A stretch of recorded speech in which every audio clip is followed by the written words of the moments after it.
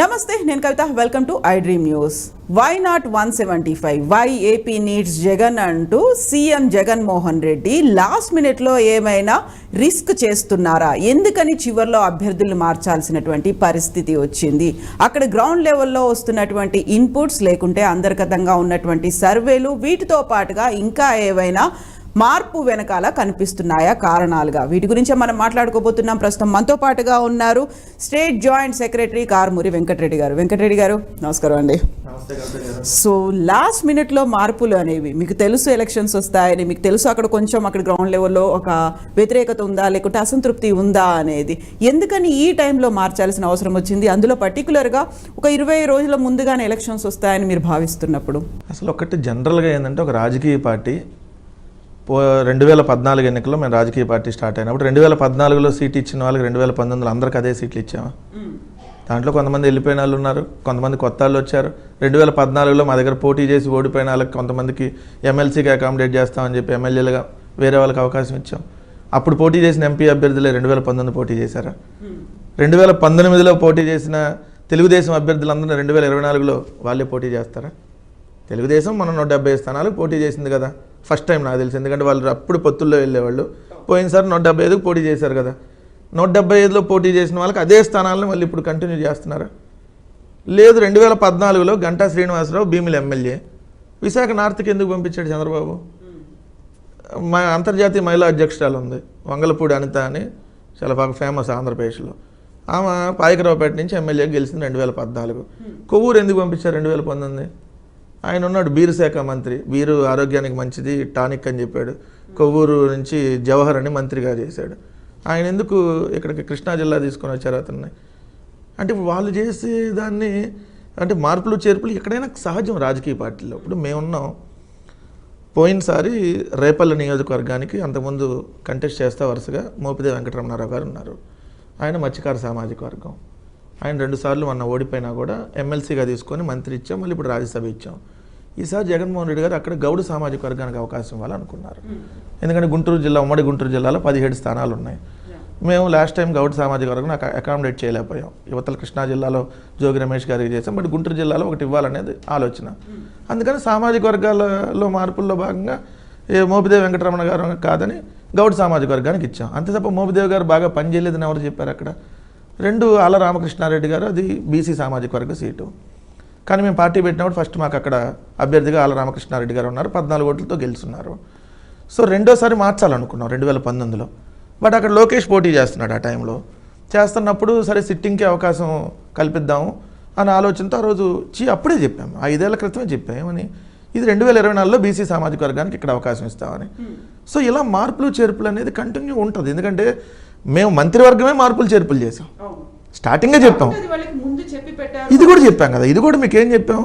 దాదాపుగా మాకు 1.5-2 సంవత్సరాల క్రితం మా గడప గడప స్టార్ట్ అయినప్పుడే మేము మీకు ఇక్కడ పర్ఫార్మెన్స్ని చూసి మీరు కానీ ప్రజల్లో ఉండాలి, మీరు ఎక్కువ మెజార్టీ తెచ్చుకునేటట్టు ఉండాలి, ఏదో బొటాబొట్ని గెలిచేటట్టు ఉంటే కూడా కాదు, ఎక్కువ మెజార్టీ రావాలి. ఎందుకంటే దాని రేపొద్దున ఎంపీ మీద కూడా ఇంపాక్ట్ చూపిస్తాయి కాబట్టి. ఎందుకంటే మనకి ఎంపీ ఎమ్మెల్యే ఎలక్షన్ ఒకేసారి వస్తాయి ఆంధ్రప్రదేశ్లో, తెలంగాణలో లాగా కాదు కాబట్టి.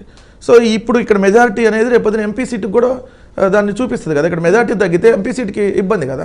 సో అందుకని మేము ముందే చెప్పిన దాంట్లో భాగంగా గడప గడపలో దాదాపు 7-8 సార్లు ముఖ్యమంత్రి గారే స్వయంగా రివ్యూ వాళ్ళందరినీ పిలిచి మాట్లాడి, అన్న ఇప్పుడు నేను ఇక్కడ అవకాశం లేను, ఇంకో చోట రేపొద్దున అకామిడేట్ చేస్తాను, ఇదిగో మీకు ఇప్పుడు ఉంది చిలకలూరుపేట నుంచి రజనీ గారిని గుంటూరు 2కి పంపించారు.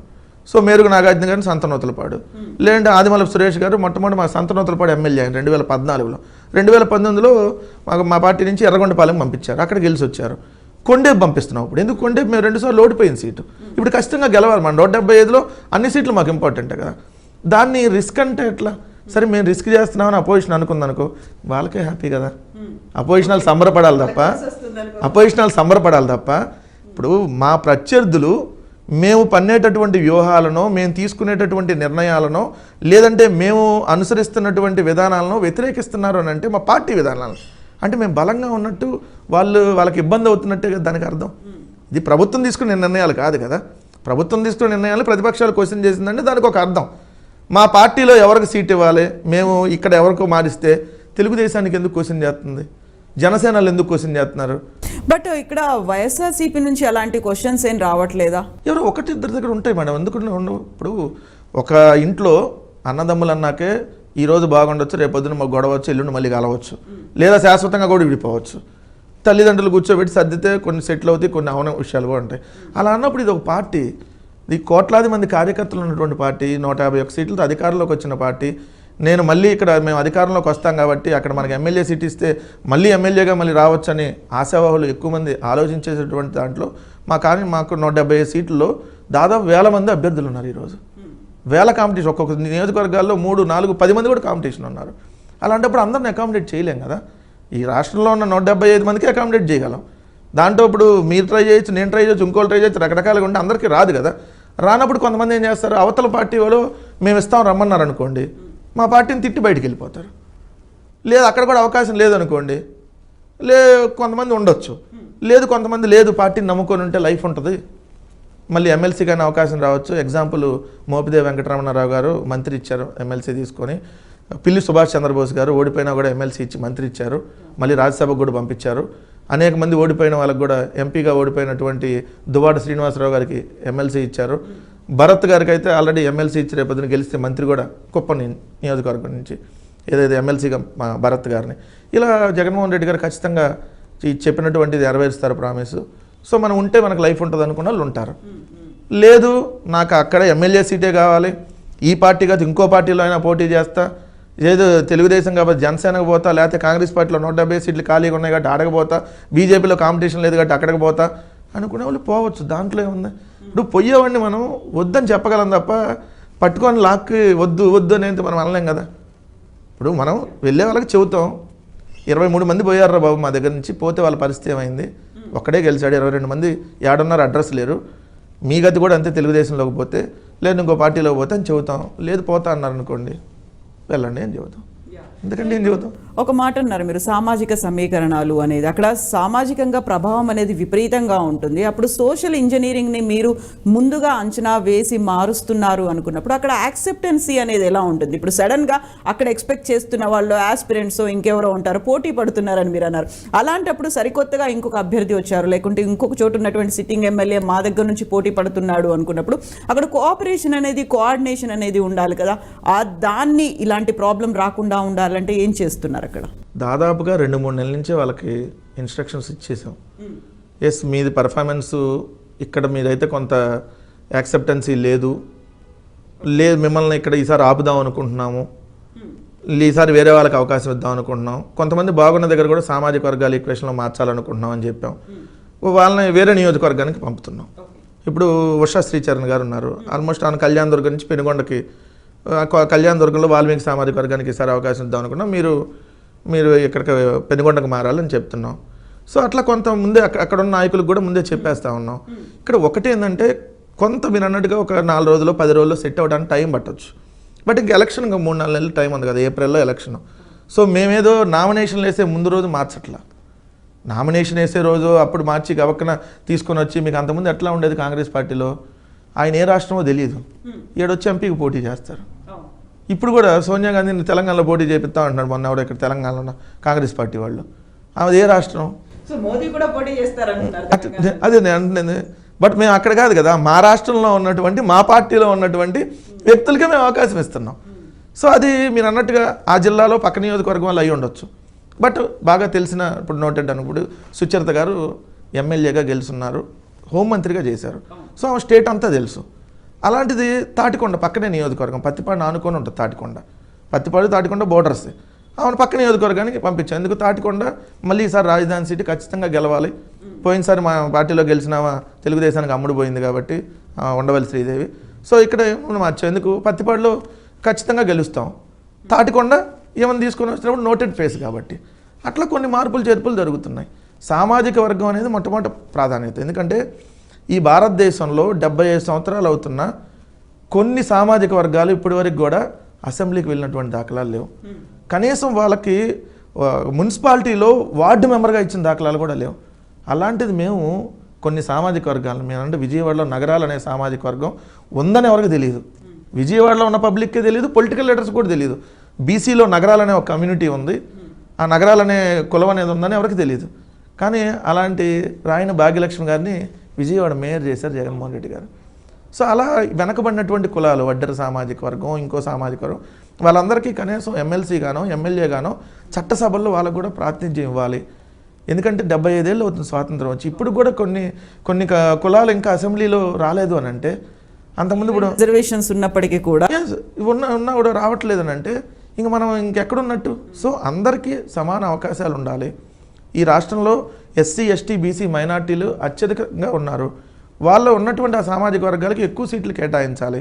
ఇది ముఖ్యమంత్రిగా జగన్మోహన్ రెడ్డి గారు తీసుకుంటున్నటువంటి నిర్ణయం. పార్టీ అధ్యక్షుడిగా ఆయన ముందే తీసుకున్నారు 2019 ఎన్నికల్లో. ముఖ్యమంత్రిగా మేము వచ్చినాక అసెంబ్లీలోని చట్టం తీసుకొని వచ్చాం 50% ఎస్సీ, ఎస్టీ, బీసీ మైనార్టీలకు ఉండాలని. అలానే ఇప్పుడు కొంచెం సీట్లు పెంచాలి అనేది ఆలోచన. సో మేము పెంచుతుంటే అవతలాలు గగ్గోలు పెడుతున్నారు.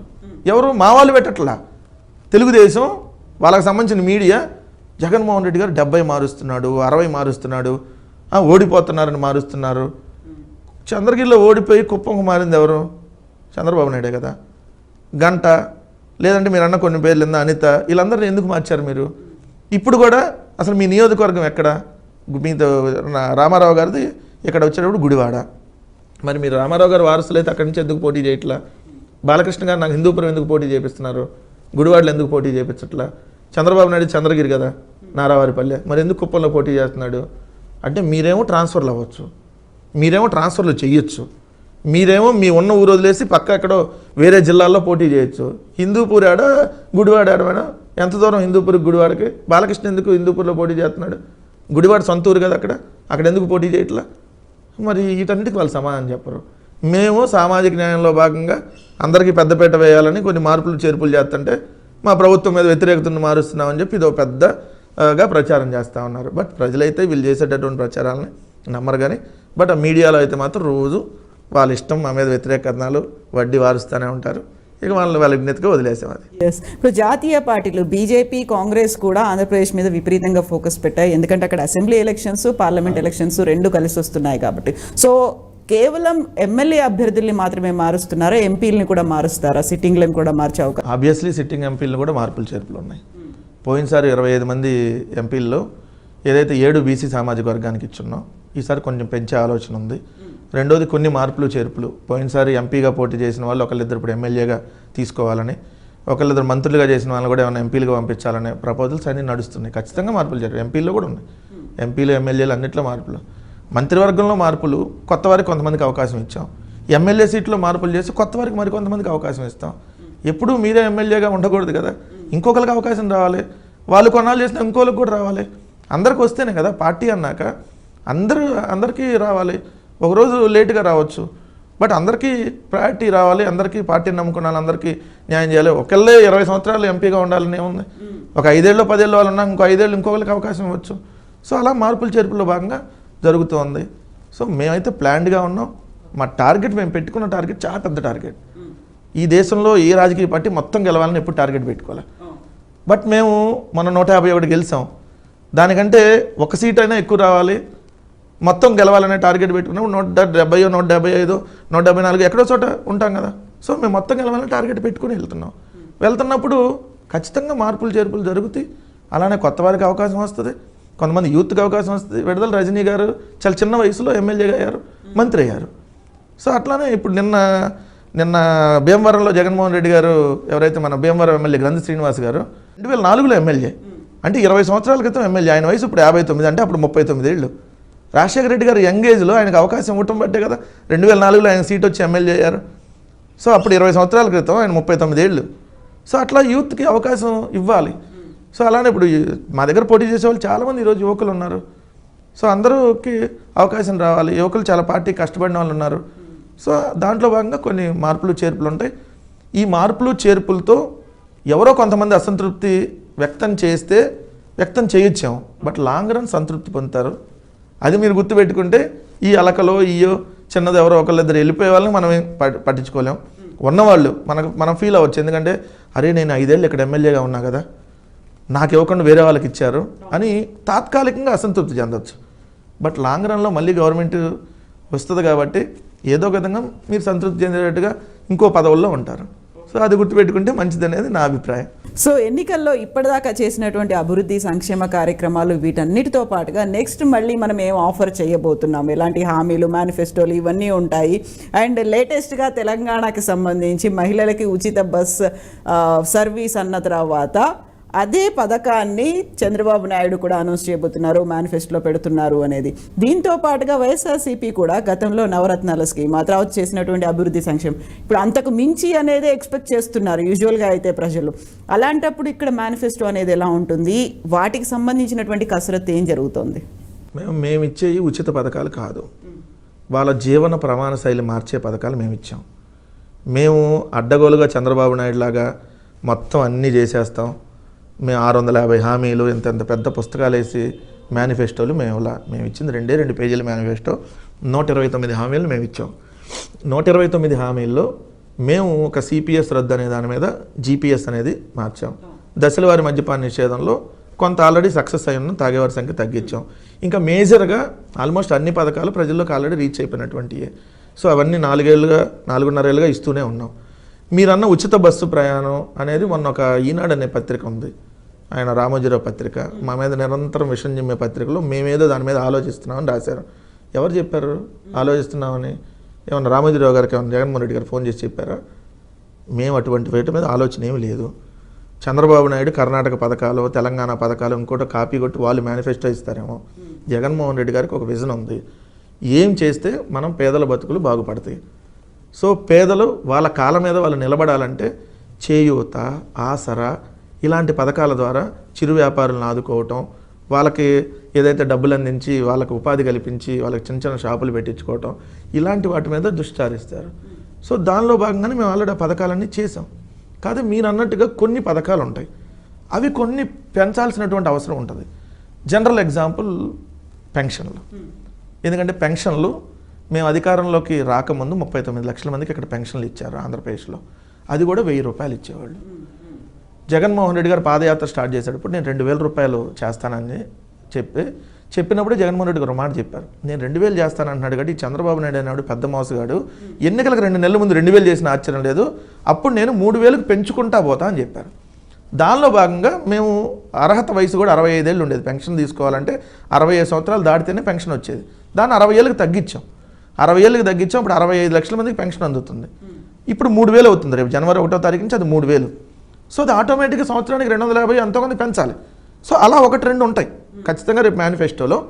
ఇప్పుడు 3000 పెన్షన్ని నెక్స్ట్ నుంచి 3250 ఎంతో పెంచుకుంటా వెళ్ళేటటువంటి కార్యక్రమం అలాంటి ఖచ్చితంగా ముఖ్యమంత్రి గారు. అదేంటంటే జనాలకి అదే ఏదైతే పెన్షన్ అందుకుంటున్న వాళ్ళకి ఆ ఇయర్ని బట్టి కూడా కొంత పెంచుకుంటా వెళ్ళాలి కాబట్టి సో వాళ్ళకి ఇప్పుడు ఉన్న 250 రూపాయలు రేపొద్దునికి అది దాని వాల్యూ చూసుకుంటే కొంత దాన్ని కొంత పెంచుకునేది ఉంటుంది. కొంత రైతాంగానికి సంబంధించి వీటన్నిటి మీద 1-2 పెద్దగా మేమేదో ఉచితాలు ఇచ్చేస్తాం ఇది ఇస్తాం అంటే ఇప్పుడున్న పథకాలన్నింటినీ కంటిన్యూ చేస్తూ 1-2 దాన్ని కొన్ని ఎక్స్టెండ్ చేసుకునేటటువంటి అవకాశం ఉందనేది మాకు ఉన్నటువంటి source. So wait and see. ఎందుకంటే మేమైతే క్లియర్గా చెప్తున్నాం, వైఎస్ఆర్ కాంగ్రెస్ పార్టీ పక్క రాష్ట్రాల్లో ఇచ్చినటువంటి మేనిఫెస్టోలను పక్క పార్టీలు ఇచ్చిన మేనిఫెస్టోలను కాపీ కొట్టేటటువంటి పార్టీ కాదు. సో ఆ కాపీ కొట్టి వాళ్ళు అది ఇచ్చారు కాబట్టి మేము అది ఇస్తాం, వాళ్ళు అది చేశారు కాబట్టి మేము ఇది చేస్తాం, ఇట్లా మా దగ్గర ఉంటుంది, చంద్రబాబు నాయుడు దగ్గర ఉంటుంది.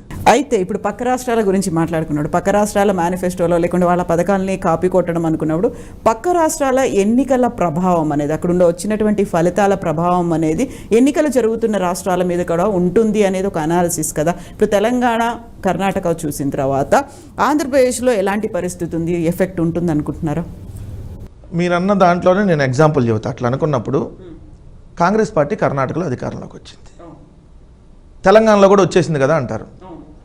మరి నార్త్ ఇండియాలో ఎందుకు వాళ్ళ అధికారాన్ని ఉన్న రాష్ట్రంలోనే కోల్పోయారు? అక్కడ ఉన్న సిచ్యువేషన్స్ వేరు. సో దాని ఇంపాక్ట్ ఎక్కడ పడింది అంటే కర్ణాటక ప్రజలు వచ్చి ఆంధ్రాలో ఓటేరు కదా, కర్ణాటకలో ఉన్న కాంగ్రెస్ పార్టీ ఆంధ్రాలో ఉండదు కదా, అక్కడ నాయకులు ఇక్కడ లేరు కదా.